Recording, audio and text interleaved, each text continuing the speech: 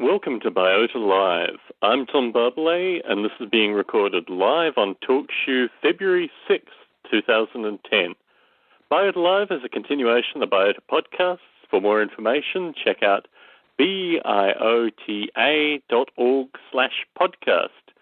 And if you're interested in participating in Biota Live, you can get the details also via biota.org/podcast. It's live internet radio. Anyone can call in. There's a chat that's open, and anyone can participate in the chat as the show is going on. We are currently recording on Saturday. It's moving to 8 p.m. Pacific, so it's similar to the Friday, except on the Saturday currently. I think probably we'll try a few times on the Saturday. As I mentioned in the previous two Biota Lives, my wife has a course on Saturday afternoon and early evening, so it just makes it easier to do the podcast recordings on a Saturday. And this evening, our guest is none other than Herve Noel, who I'm expecting to call in a minute, but it's wonderful to have a chance to chat with Herve. He's been part of the Biota community for a few years now, and certainly his EvoRand development is something that a number of people in the community have used and talked about very highly. So it'll be wonderful to chat with Herve in a few minutes.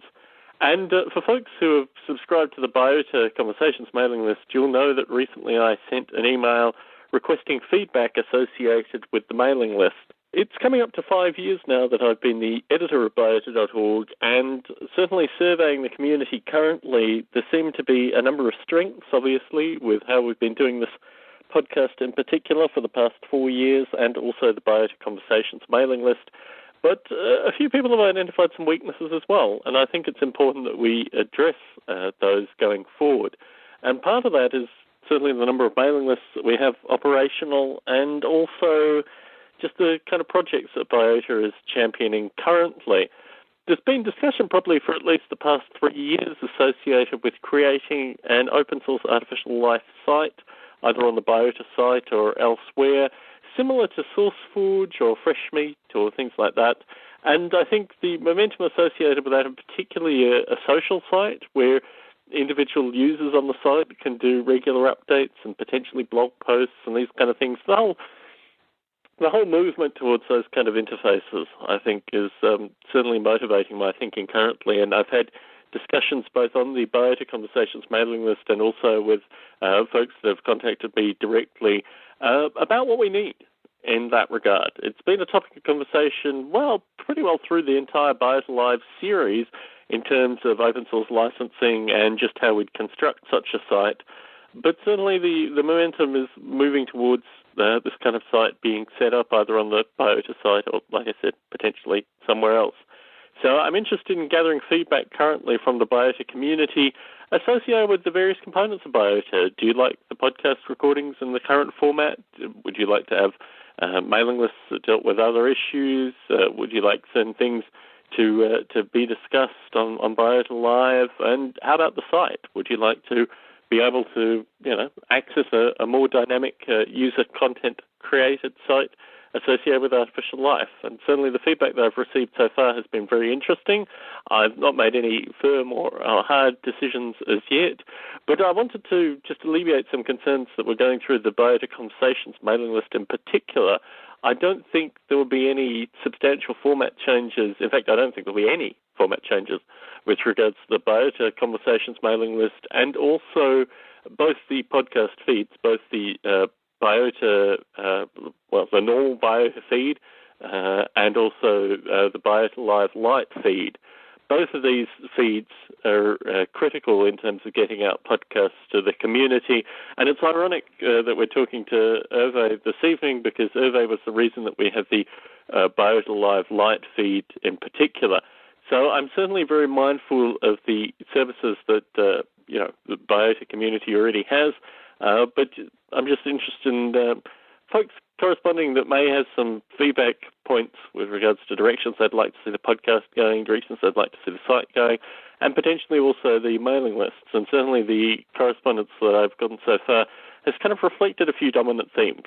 So I'm interested in hearing from folks in the community about, the way they feel things with Biota can improve.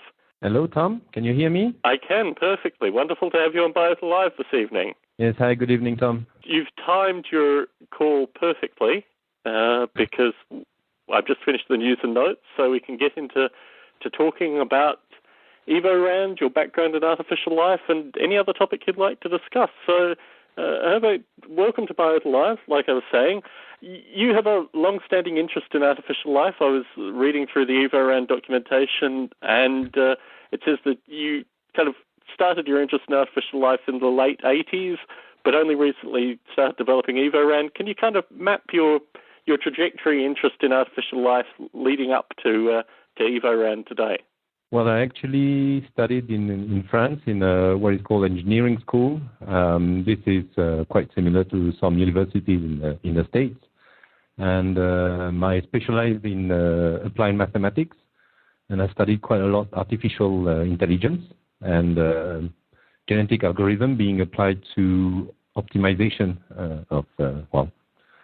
being used to optimize for optimization. And I actually, at the end of my studies, I was actually quite interested in testing genetic algorithm, with creatures without, not to solve a specific problem, but to simulate an environment with, how to explain that? Well, I wanted to test whether using genetic algorithm over creatures which had no specific goal to solve, what would happen, basically. And I tried to do this with the computer I had at that time, which was an Apple IIc, and it was far too slow to be able to obtain anything.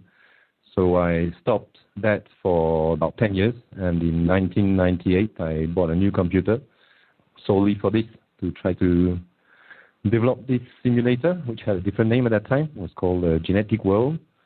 And immediately I was testing, my main objective was to actually test large populations and have a simulator that runs pretty fast, to have many generations being run in a few hours or a few days, just to see what happens. That's the basis for the contemporary EvoRand. Is it basically the same program, or has there been any major modifications? Well, I think the principle from the haven't changed. Have just I keep adding. At the beginning, I had a fairly simple simulation of the DNA, which was a fixed size and everything pretty hard-coded, and fairly basic representation of the world, which was in 2D, squarish, and simulation of the time that was also my quantum of time. And as time goes on, I try to add more flexibility, make the space of search larger. My main objective actually is to try to find whether through this kind of simulation there can be group behaviors. A number of creatures who have just like ants, for example, through evolution would show a behavior that is suitable for survival of a group rather than survival of an individual creature. So from the very beginning, I was trying to find a way to segregate different creatures in groups, which I call species. Over time, I tried to actually improve this by analyzing the genealogical tree, the parent-child tree of all the descendants, and separate species one from the other. I've also added a visualization in 3D. And one of the things I added about 2 years ago was to actually change the DNA to be of variable size, so that the DNA itself is being passed and the genes are extracted from the DNA. And this gives a lot more flexibility to the simulation itself. So I'm just trying to test new ideas.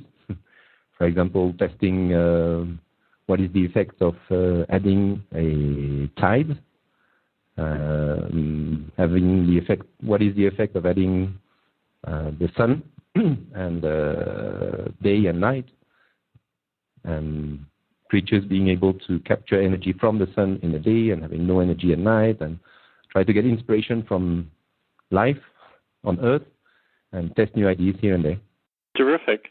And in terms of the variable length DNA, is this something which, in terms of iterations after a certain number of generations, will the length of the DNA increase slightly through mutation, or is this preset? And is the complexity of the creature directly related to the length of the DNA? Yes, actually there are, many parts of the creatures are being coded in the DNA, including the mutation rate. But there's a particular parameter which I call the growth rate, which is also coded in the DNA. And this growth rate will actually, from one generation to the next generation, affect how fast the DNA would increase in size or reduce in size.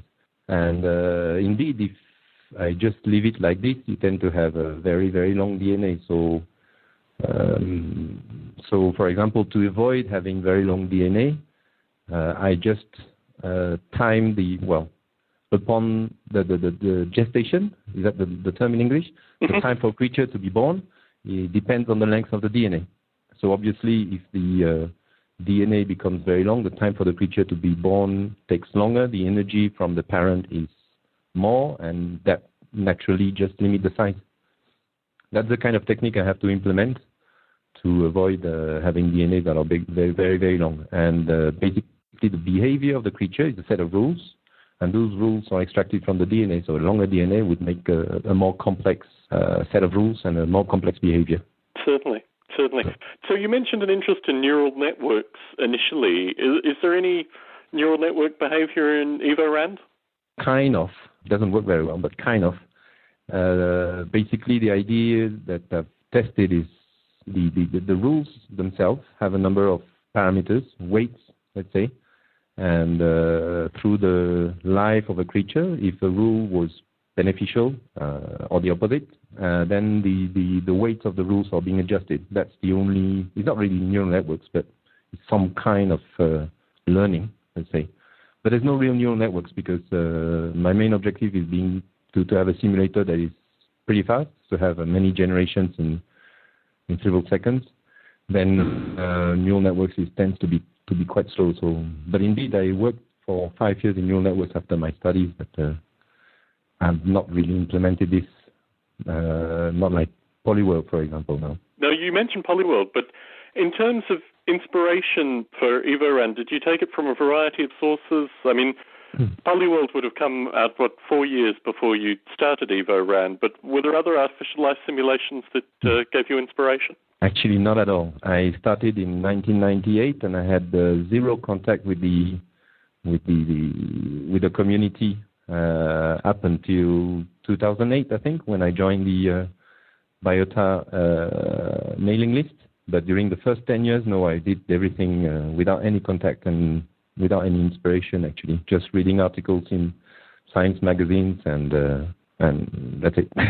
Wonderful. No, it's always good to have simulators in the wild, so to speak, that rejoin or join the community. Eric Burton has given you a lot of feedback and a lot of interest, and he's certainly very heavily involved with the kind of children of Polyworld as well, which is why the grouping initially came in my mind. In terms of your work with Eric, can you describe the feedback that he's given, and has he introduced ideas and code from things like Polyworld into EvoRand, or do you still consider the original idea associated with EvoRand as still motivating its development? Through the reading I have from the mailing list, I try to get some inspiration, and there are certain ideas there's one idea specifically that comes from what I read in the mailing list and from Eric Burton that I'm quite interested in doing, but I'm not too sure how to do it. Is the idea of trying to measure a level of complexity or intelligence and see whether there is a plateau or whether it goes up and down and throughout the simulation, because what a lot of people are saying is that this kind of simulator tends to plateau in terms of complexity of what emerged from the simulation. Well, I've been wondering, and that was one of the suggestions from Eric, to try to do this kind of measurement.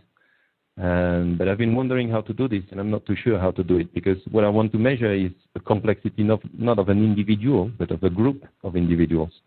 And I find this quite difficult to define, because, for example, for a while I had a simulation where I made it possible for a creature to come out, somehow kill another creature. And what you see emerging from the simulation is groups of species that were each occupying part of the world, part of the land. Mm-hmm. And at the boundary, they were just killing the creatures that were of a different species. And that was basically, you had creatures in the middle that were feeding, reproducing themselves, and those at the boundary that were just committing suicide, killing creatures of another species. And I would like to have a way of defining complexity that is not related to one creature, but to the group. And I find it a bit difficult to define, actually. Certainly. I mean, the phenomenon that you're describing, I refer to as nationalism when it's done within the noble ape context, which may be a bad anthropomorphic attribution, but you're describing perfectly what I would refer to as nationalism in terms of regional groups and, as you say, either killing or at least making it impossible for other groups to join the central core. This idea of race, can you talk a little bit more about it in the context of EvoRand? Well, the way it was done at the beginning was not very, very good. I think the way it's done now is I'm just memorizing the whole genealogical tree. Is that clear? Mm-hmm. From the first generation, I keep track of all the descendants, and I analyze this tree to separate the various species. So obviously, when all the descendants of a given species are dead, and then I take one of the existing species and split it in two, based on the difference between the common ancestor, the number of generations with the common ancestor. That's the way I'm doing it now. I'm not too happy with this because I think the results may, for example, if you have a species where within that species some become, let's say, plants and others are more herbivores, then it would make more sense to actually separate the herbivores as a new species rather than looking at difference in generations. But there again, I think it goes back to this definition of complexity. It's probably the same problem. If there is a way of measuring complexity within a group, then maybe separation of species should be based on difference in that measurement. But there again, I'm not too sure exactly how to do it. I mean, it looks nice on, well, the concept is quite clear, but how to implement it, I'm not too sure yet how to do it. That's something that I've actually been wondering about over about a year since Eric mentioned this, and still struggling with this. Certainly. Now, you described a situation where a certain species can move in different directions and one becomes a carnivore and the other becomes a plant. Can you describe how this is possible through EvoRand? The way the rules that define the behavior of a creature inside EvoRand is, say, a list of tests and conditions and followed by an action. And there are various types of actions that are possible. One is to eat another creature, and another one is just called root. So when a creature takes that action, root, it becomes a plant. And when a creature takes an action to eat another creature, if it eats another creature which is a plant, I consider this as being an herbivore. If it eats another creature which is not a plant, then it's a carnivore. Certainly. But all those are not predefined within the simulator. There are just rules encoded inside, extracted from the DNA, and the various types of actions. One action being to be able to root itself, and then it becomes a plant. That's not very realistic from a physical point of view, but it's simple to implement inside a simulator, and the result is actually fairly realistic because what you can see usually when you run the simulation, you see creatures that are moving randomly, getting energy from the sun at the beginning, which I call larvae. And then you see first plants who start to occupy bodies of water, then the coast, let's say, and then after a while herbivores, and etc. And in terms of, you're talking about the genetics, the genotypes, but in terms of phenotypes, I can imagine in 5-10 years' time with ever-increasing kind of graphics cards, complexity, algorithms, these kind of things, beautiful kind of hybrids. If you start to visualize this in, animals that become plants that then go back to being animals again. I mean, the graphics in terms of movement, in terms of what these creatures actually look like after multiple cycles could produce some fascinating results. Well, yeah, it's true that in terms of phenotype, there isn't much that I'm trying to simulate, like being able to walk or swim. There are things like size or energy at birth or things like this. But within the 3D visualization, I do try to represent not really herbivores and carnivores, but larvae, those creatures that haven't done any complex action. You can see them as larvae. Then you can see some kind of fish with little legs if they can walk, and the plants themselves are shown like some kind of flower. But well, yeah, I don't know. I do enjoy looking at the 3D, but it's very basic the way I represent it. There again, because usually I'm trying to represent thousands, if not 10,000 creatures, and in 3D, if I try to do some complex representation, not only takes time to do it, certainly, but also it would slow down pretty much the visualization. So it's true that I don't spend much time on this. I'm trying to use the little time I have to improve really the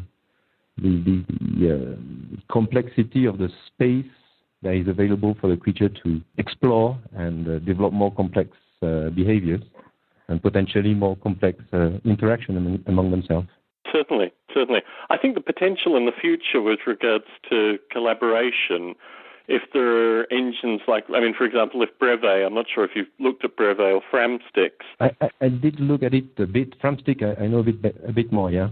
Certainly, but in terms of those as visualization engines, if you put in the genetics from EvoRand into those, and then if there was motion genetics, and then this notion of roots and plants and these kind of things, there's potential for a lot of really beautiful visual and algorithmic collaboration. Have you thought about, particularly working with Eric Burton? Eric seems to, now he maintains 2 or 3 projects quite heavily. Do you get the sense that in the future there'll be collaboration? And let's project your kind of dream collaboration. Would you like to see EvoRand Framsticks hybridized? Can you see that working together? Well, why not? Actually, at the very beginning of EvoGrid, there were 2 directions for EvoGrid. One that was I can't remember the 2 terms that were being used, but one is pretty much alive today, which is the simulation at the molecular or chemical level. But there was another EvoGrid, which was,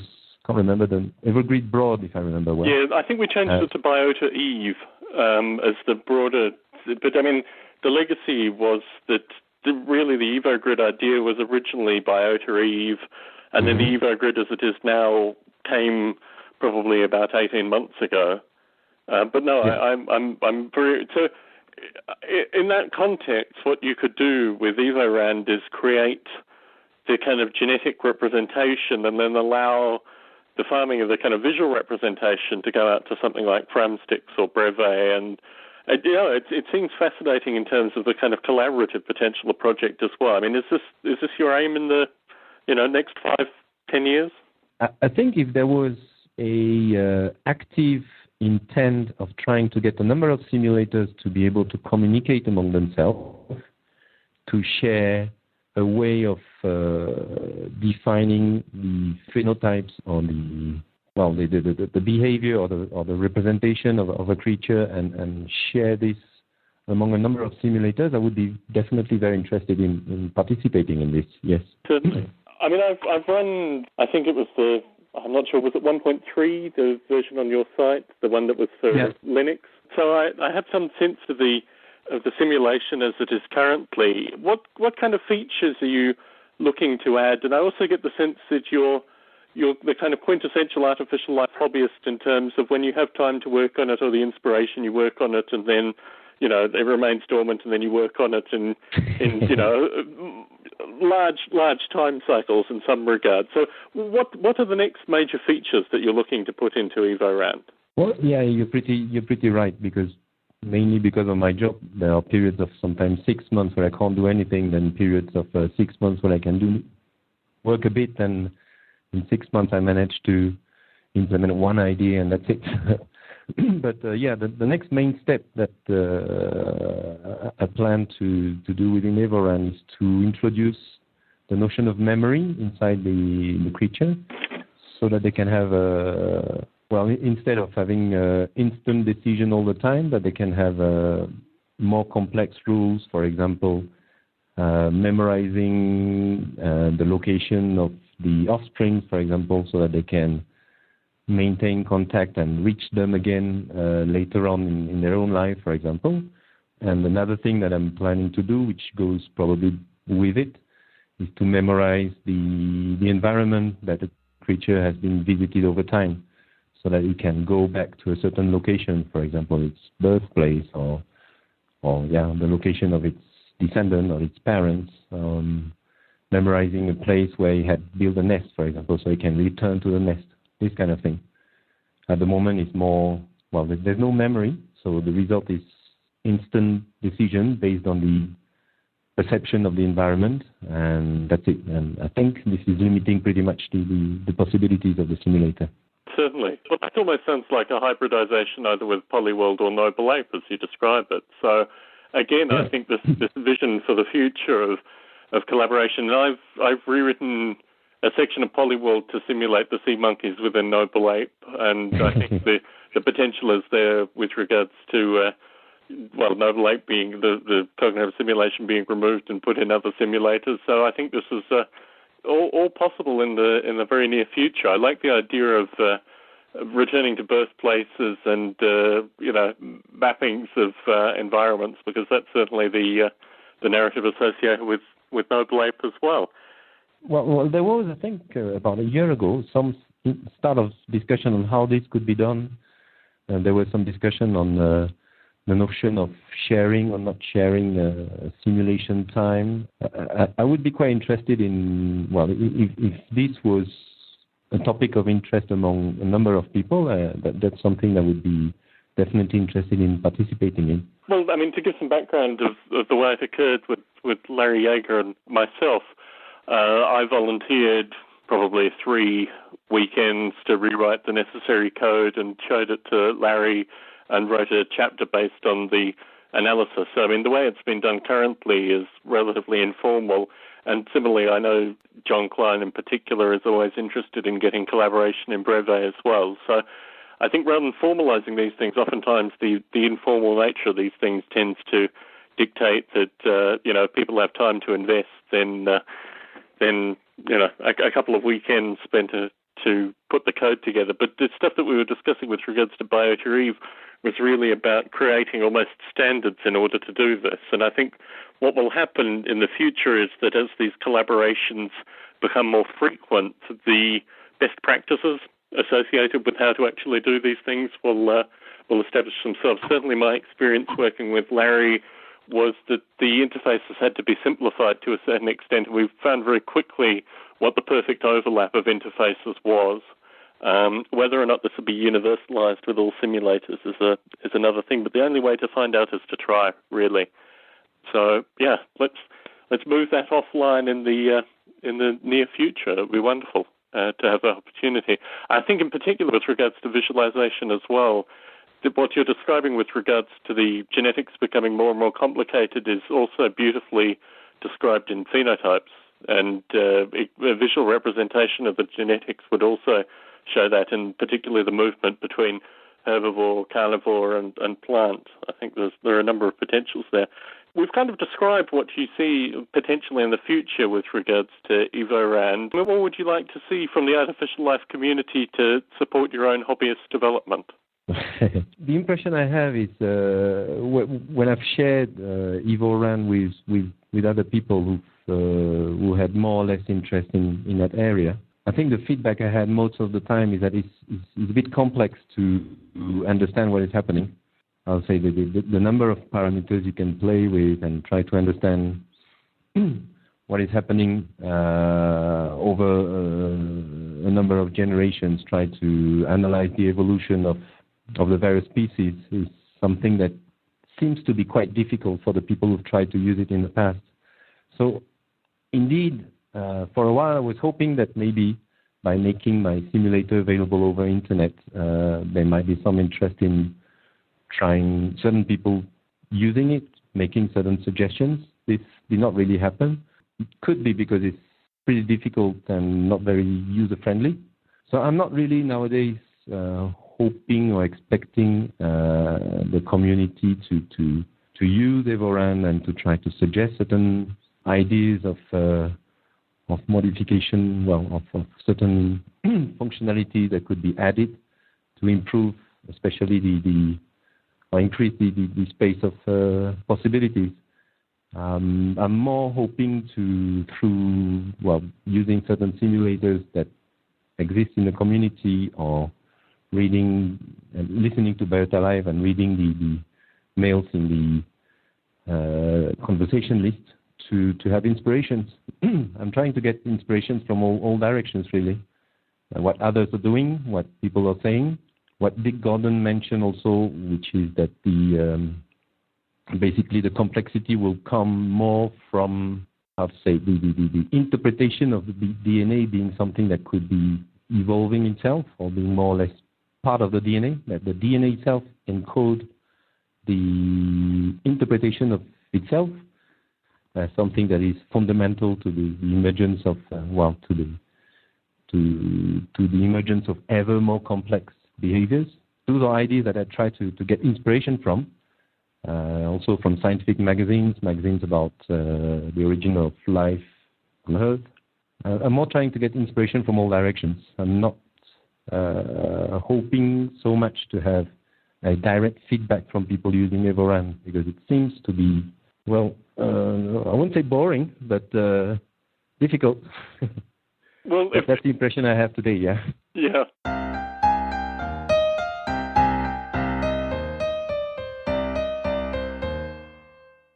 If I may give some feedback, and this is interesting because the whole closed source but publicly available versus open source, I mean, if we talk about, for example, my collaboration with Larry Yeager with regards to Polyworld and Obelape, it was based on the fact that both of our source codes were publicly accessible, and not only publicly accessible, but also had kind of generations of development that was accessible. So I wasn't just taking a particular version of Polyworld, but I could go back and see, what the versions 3 years ago were like before a particular PhD student had done some changes and these kind of things. So I guess my feedback with regards to EvoRand specifically was I downloaded the latest Windows version, which didn't work on my Vista machine. I went back 2 versions to a version which did work.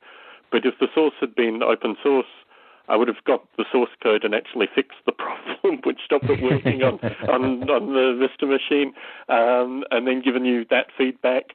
So it's funny because the community really does exist almost in 3 different groups. There's the open source free download group, there's the closed source free download group, and you have luminaries such as Jeffrey Ventrella as well in this group, although I'm trying to move him into open source progressively. And then you have closed source for sale or for commercial use aspects of the community as well. I mean, Steve Brand is a good example of this, although, again, I'm trying to move him into open source open access. So the feedback I would give is that if you want people to take the aspects of EvoRand which are most productive and potentially even do things like put them in Breve or Fram sticks, the critical bit that is missing currently is the source code. What's your thinking with regards to maintaining closed source, and is there something that could move EvoRand into open source? Well, I knew this subject would come anyway. No, I think I have no strong objection in giving the source code of EvoRand. Absolutely no objection. And if there is an easy way to put the source code somewhere, share it among the community, maybe I can get some recommendation from you of this conversation about how to do this, the easiest way. Well, no, I have no objection. I can, yeah. Sorry, currently the SourceForge, it's not particularly good, there's also Google. I mean, you already use Google to get the distribution out.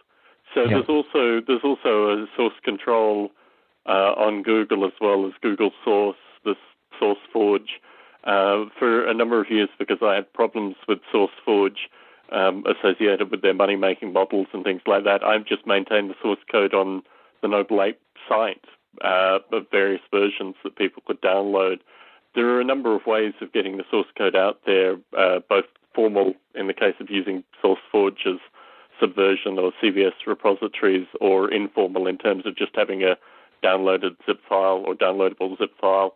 So really, I think the community is pretty agnostic in terms of how the source gets out. I know Larry uses SourceForge as well, and I've encouraged Jeffrey Ventrella to move his project onto SourceForge.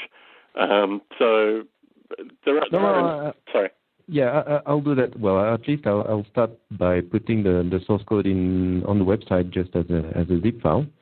There's no problem.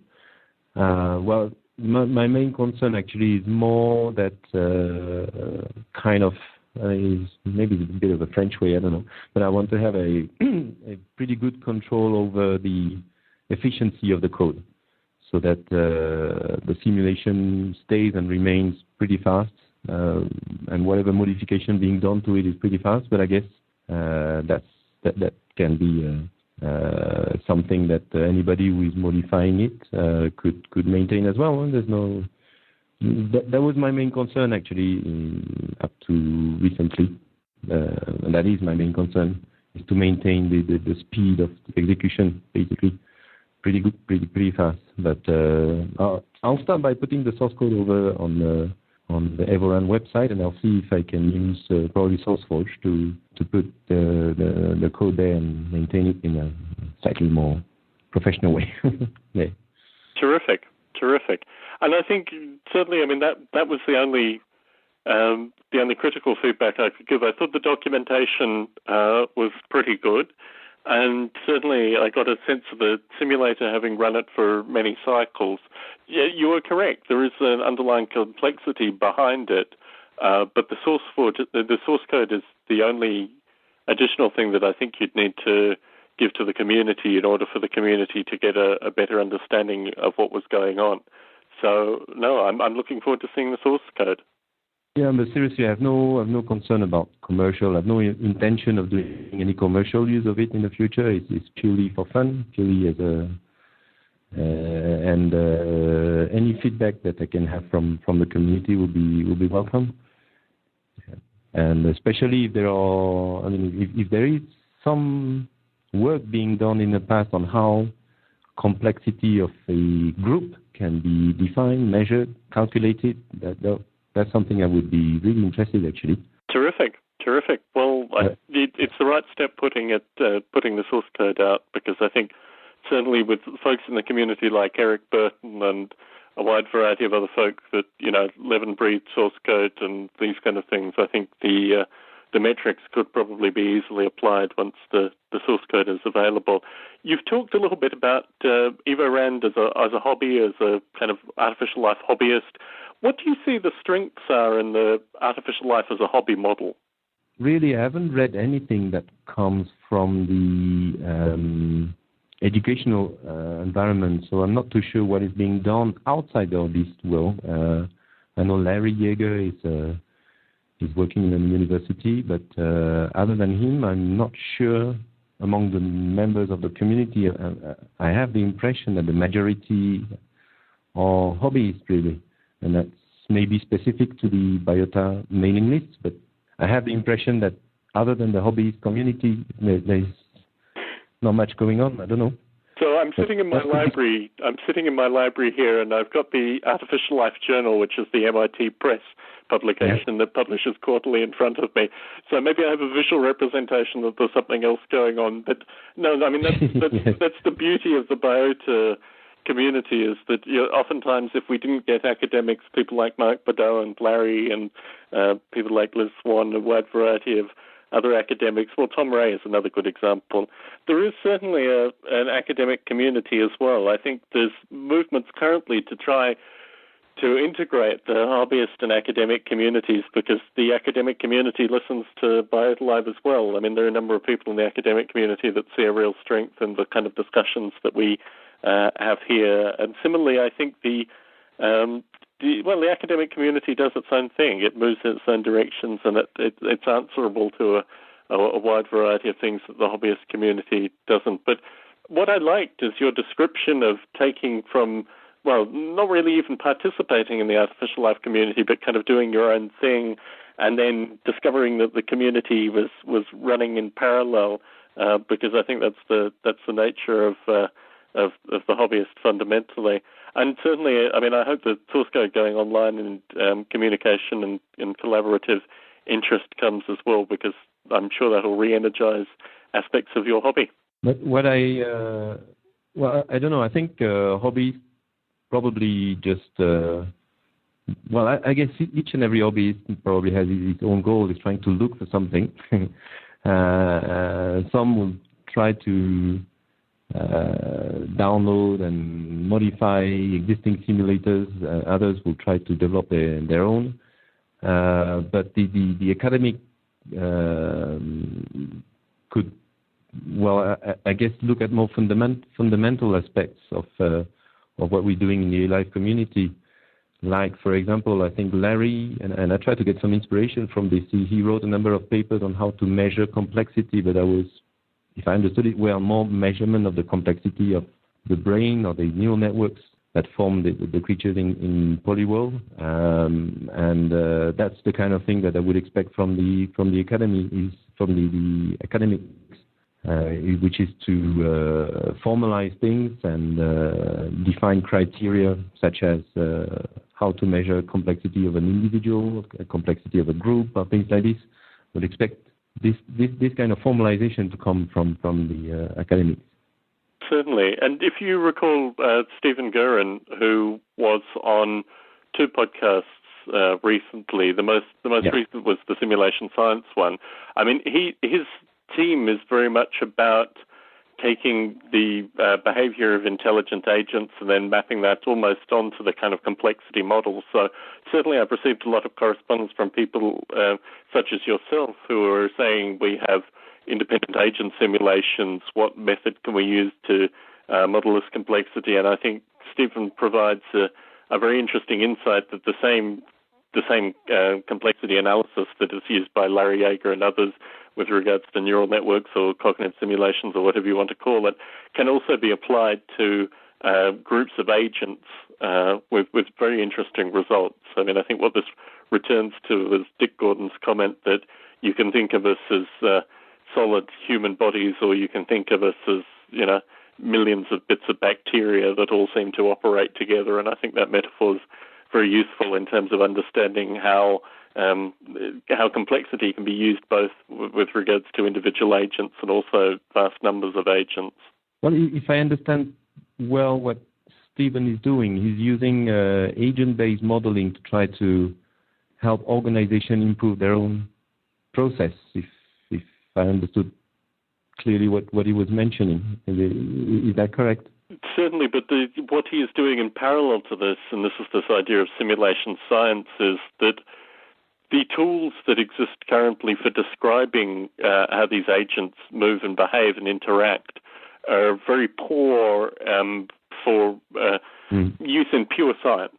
So there needs to be something that comes along with this that explains these interactions in more generalizable and kind of algorithmically reproducible or understandable forms. So really this is a kind of an intellectual movement that is creating almost a new kind of mathematics that explains from complex agent-based models how you can get out. And he uses the examples of thermodynamics, for example, in some of his discussion. But I think what will come through this is probably something that is maybe based in some regard in thermodynamics, but will probably be distinctly different. I mean, this is the curious thing through the Biota Lives from Justin Lyon, is that there's a subset of the community that is very much interested in this new mathematics in terms of agent-based complexity and how this can all fit together.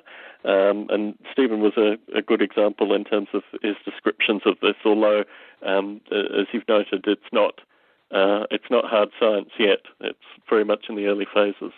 Yeah, and I guess maybe there's two approaches to there's maybe a measurement of complexity based on parameters that are discrete, and maybe measurement based on parameters that are continuous. Maybe there are two different criteria that could be developed or defined either based on continuous or discrete attributes that are being measured on the agents and aggregated somehow over a group, and to see and measured. Well, differences among the individuals of a group must be taken into account, and I'm not too sure, but I guess what I'm looking for is more something that would be based on discrete measurements or discrete attributes of the individuals in a group, and measure something over the evolution of those discrete attributes, and how differences within a group can be accounted for as a measurement of the overall complexity of the group, something like this. I'm not too sure. If one day I get some idea of how to do this, I will share it definitely. Certainly. Yeah.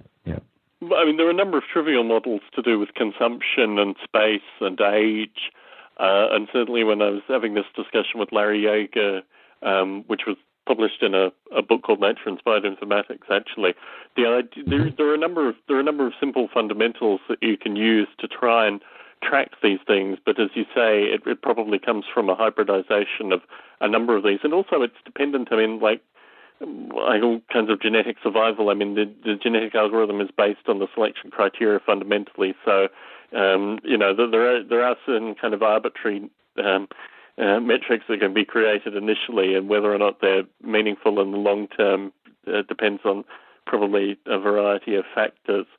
But in terms of, I mean, you're talking to the community now. You've listened to Biota Live since it started, and you've participated in the Conversations mailing list. Aside from this complexity question, which you've certainly clearly raised in this evening's Biota Live, what other kinds of questions do you have for the community? What would you like to see the community working on?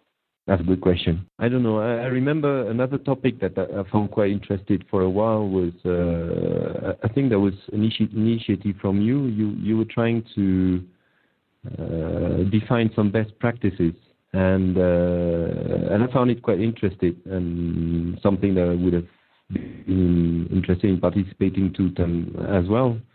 But what I think is that there are so many ways of approaching simulation of artificial life, being wet or hard or soft. It would be probably quite a difficult exercise to define best practices. So, no, I don't know. I think the variety of ideas that are being shared and tested inside the community is something that I find very interesting. I would mainly hope that more ideas are being shared somehow. I don't have any other expectation other than really inspiration, trying new approach to simulating artificial life. I really enjoy the variety of ideas, and I would more expect new ideas to be raised among the community rather than anything else, really. I think it's a variety of thoughts, variety of inspiration among the community, which is interesting, and which I hope will remain more than anything else. I think sharing of ideas, sharing of experiences is what is the most interesting, really. And what you described with regards to best practices was the idea of the XML phenotype in communicating between simulations. Is this what you were talking about specifically? Well, that was more or less at the same time, but it could cover other things. It could be as well. I don't know. When you do representation, when you use a DNA to represent information as a string of bits, and you apply to this mutation that can There could be, for example, best practices to make sure that the effect of your mutation would not systematically modify drastically the values or the information as being encoded in your DNA.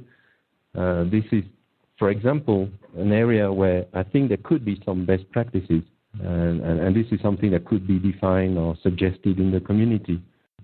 That's an example, maybe quite trivial, but that's Certainly. an example. But even that is a contentious point within the community, and I think that's interesting. Well, what is interesting in my own experiences with Noble Ape, and this is ironic because it is with two MDs, two different perspectives with regards to medicine in terms of the feedback that they've given to Noble Ape. One relates to a doctor who deals primarily with children.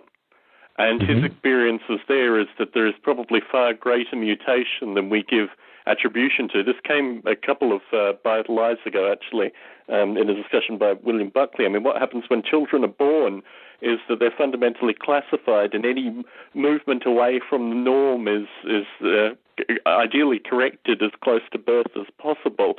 So our own perception with regards to mutation, just as humans, is limited. So on one side, one doctor said, you've got to increase the mutation. On the other side, another doctor said the mutation needs to be decreased. It needs to be a smaller amount of mutation in order to accurately represent, humanoid-like creatures. So I think even, and this is outside the community, this is with, effectively with scientists, that, so these kind of discussions, I think, my own view is that the level of mutation should be a parameter which is set by the user or through some kind of negotiation if multiple simulations are participating. But even that is a contentious topic in the real world, let alone within the artificial life community. But no, it's a fascinating discussion. Well, I do like generally the idea that the level of mutation should be something that is not being imposed by the simulator, but it's something that should be evolving. I mean, should be defined through that it should be encoded inside the DNA, and it should be through a natural selection that it becomes either high or low. I've seen, for example, when I test something I call cataclysm, when I test a phenomenon that would kill a number of creatures randomly, you see that automatically the mutation rate goes higher because the creatures need to evolve a lot faster to be able to adapt to the fact that the environment is under high pressure. So this is something that you can see in EvoRand immediately. As long as you turn on this cataclysm thing, you see that the mutation rate goes up within a few generations because the environment is putting a lot more pressure on the creatures, and you see the mutation rate evolving. But then, there again, I think the way you represent, encode in a binary form the various, I don't know, the size or the energy of a creature that it has at birth, a slight change to 1 bit due to mutation should not drastically affect your descendant. It should have a small impact or things like this, or no impact sometimes. And this kind of representation of the data is something where I feel there could be some best practice defined, even maybe with theoretical background to it. But I don't know whether that exists. But I think that's an area where there could be some best practice being defined. I don't know whether I'm clear, but that's the idea.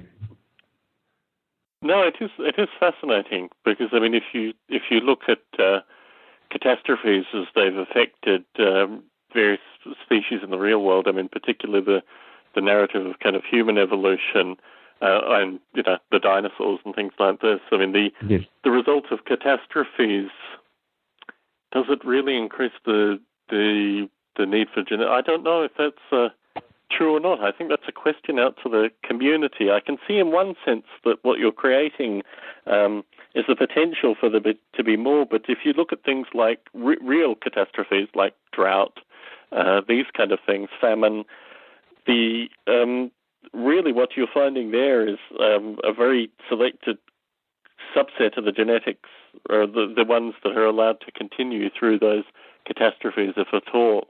But it's a very interesting simulation problem, and I think thank you very much for phrasing that out to the community. In terms of other best practices, aside from just mutation, I mean, certainly the descriptions that I gave moving towards the XML phenotype related to concepts like energy, concepts like space and time. I mean, what you would think would be relatively easy things to standardize, and even they caused a great degree of contention, particularly because the number of simulators had never really considered how big their simulated entities were in relation to other simulated entities. Is this part of your idea of best practices as well? Well, yes, why not? Indeed, I think it's probably possible to define a fairly flexible the XML definition, a definition of an XML that should be fairly flexible, that encompasses various ways of representing and processing even the DNA or the phenotypes or the genotypes. I think there is ways of defining it in a fairly flexible way, and I would be interested in participating in this, bringing sharing some ideas on what would be interesting to code inside a XML, and probably, I don't know, I think it might be possible even for parts of an XML definition to be used by a given simulator without considering another part. How could I say that? If I take EvoRand, for example, I could, quite easily, add inside the DNA a representation of genes which are exactly the phenotype of Framstick, for example. I don't know. That's something that would be quite easy to do for me, and I would be interested in doing things like this. Certainly. I think also implicitly when we were discussing the XML phenotype, there was the idea, as you say, for various components that could be used by all simulators, but also almost a kind of opt-in strategy where some simulators would choose to simulate the components from other simulators, but where it wasn't necessarily required. So I think that really came implicitly with the idea of the XML phenotype. Was what we were trying to do was take a variety of different simulators and work out what the shared subset was, with the view that obviously not every simulator would take every bit of information from every other simulation, but there had to be a shared subset group in some way. Well, I don't know, but I think if a number of people were to try to define in XML what actually is part of their own representation of a creature, and we get 5 or 10 of those representations together, it might be possible to extract from there some common parts which, with little work from a number of people, could be matching fairly well among a few simulators. I don't know, that could be an interesting exercise. But that's the aim, I think, of Biota fundamentally. And certainly, as I started the show by talking about some of the feedback that I've received already from the Biota community, but there's a strong discussion associated with creating a site, possibly part of Biota, possibly a separate site, to do this kind of collaboration, almost akin to SourceForge, but also certainly with periodic updates and ability for simulators to compare notes in a very real setting. So I think the momentum from the community is certainly moving in that direction. It will be wonderful to have you and EvoRand as part of that discussion. But where is the situation today with Biota Eve? Is there a separate mailing list, or is there a... There is a separate mailing list. I think the discussion that is being had currently between Bruce Damer, Gerald de Jong, I've had some correspondence with Scott Schaefer. We were the primary people involved with that initially, is that we need to either create a site through Biota or create a separate site that will allow for that collaboration easily, and rather than going through a formalized mailing list or something, or a wiki. I mean, the problem is that the mechanisms that we've had through Biota previously have not been ideally suited for these kind of collaborations. They've been additional technologies which give us something like an ability to edit each other's XML phenotype through wikis, but it's the wrong kind of collaborative interface, and similarly mailing lists and things like this. So what we're looking at currently, there are a number of social site packages which are ideally suited for this kind of cross-collaborative development. And certainly the correspondence I'll include you in that has been with regards to which of these sites or which of these particular platforms would be ideally suited for what we want to do.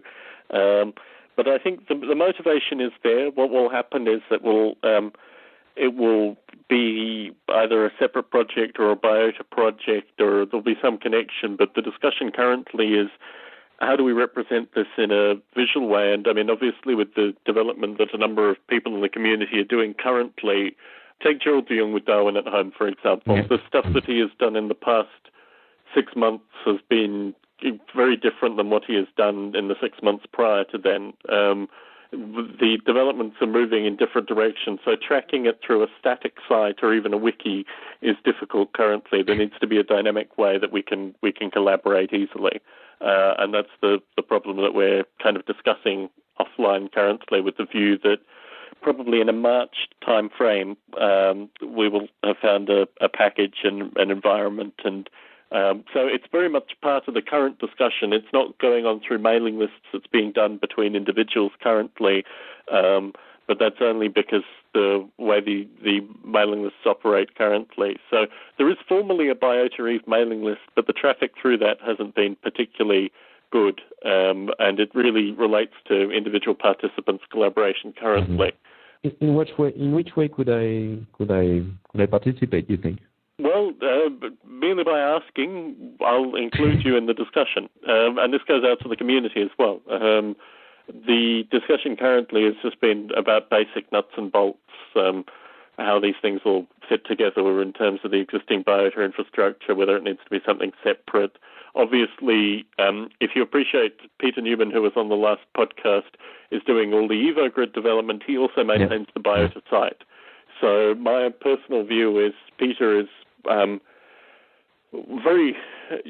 very conscientious with regards to the stuff that he does with Biota, but I don't want his time commitments with regards to the EvoGrid to mean that it is an either-or choice that he has to make. I think there needs to be an independent site, possibly within Biota, that would allow this kind of collaboration, which isn't taking Peter's time. I mean, Peter ultimately, with what he's doing with the EvoGrid, will probably be a contributor to whatever's created. But it's that kind of level of complexity and discussion currently. Well, if I was to try to represent in XML or define an XML schema, I think that's the name, that would represent what I have inside EvoRand. Would it be of a help, or? Certainly. That's something that I could do. Yeah, if you see already on the Biota Wiki, a few of us, Gerald, Scott Schaefer and I in particular, developed phenotypes for each of our, which are fundamentally schema, just single instance representation, but with some discussion. And then through that, there was a kind of collaborative discussion. Scott's work has gone in a different direction. Obviously, Gerald's work has gone in a different direction.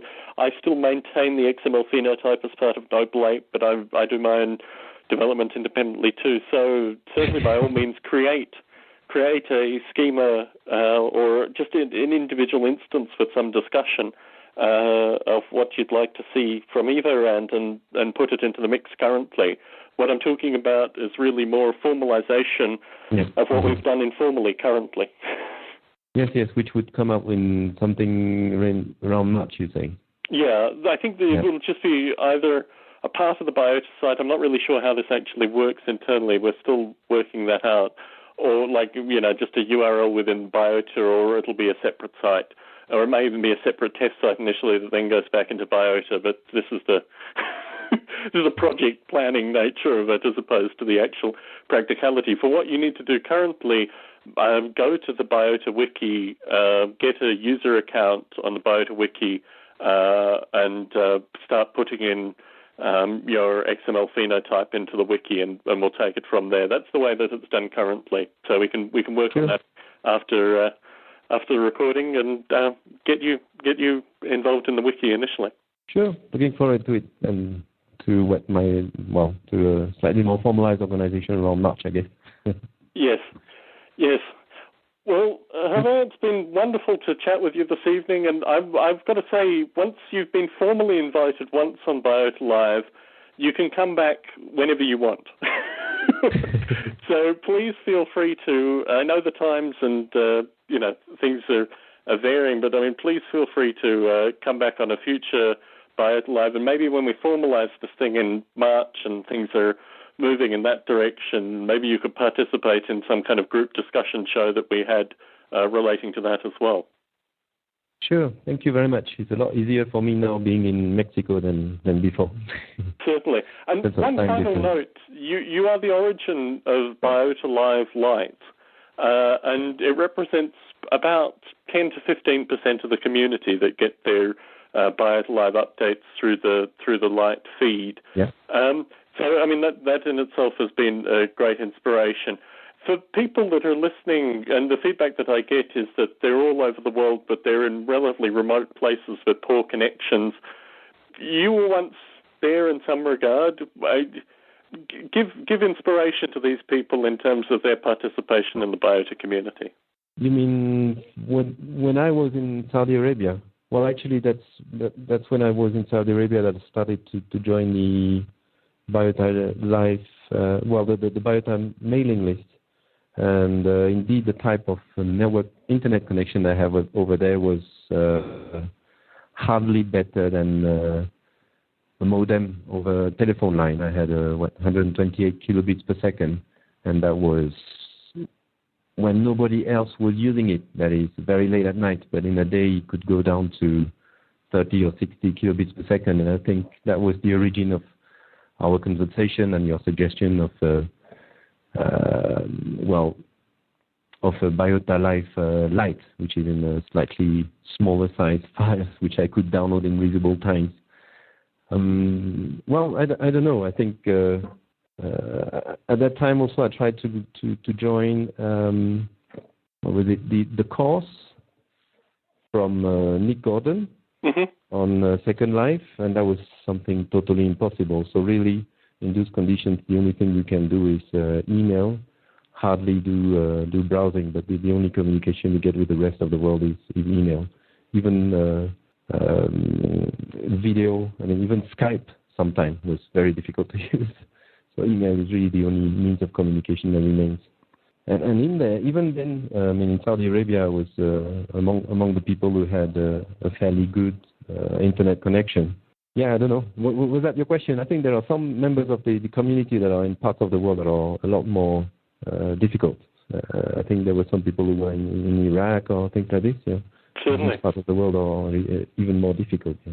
Yes, yeah. I think that was certainly my own experience in Australia. Even before I left Australia, all I had was dial-up connection, and certainly I maintain contact with people in Australia that still get Biota Live Lite through dial-up connection. And I think the important thing is that you don't really need powerful computers or powerful network connections in order to develop artificial life as a hobbyist. And what people find is that through email and through setting up various projects, they're able to actually interact with the community, and that's certainly something that I feel is part of my mandate and my editorial duties with Biota, is to make sure that you do need an internet connection. I'm yet to, although I could potentially burn CDs for people if they wanted it delivered in that way.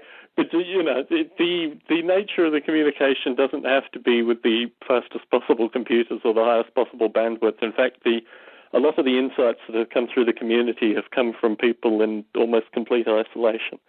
Maybe the result is that you have more time to spend on your own passion, less time communicating in a way probably.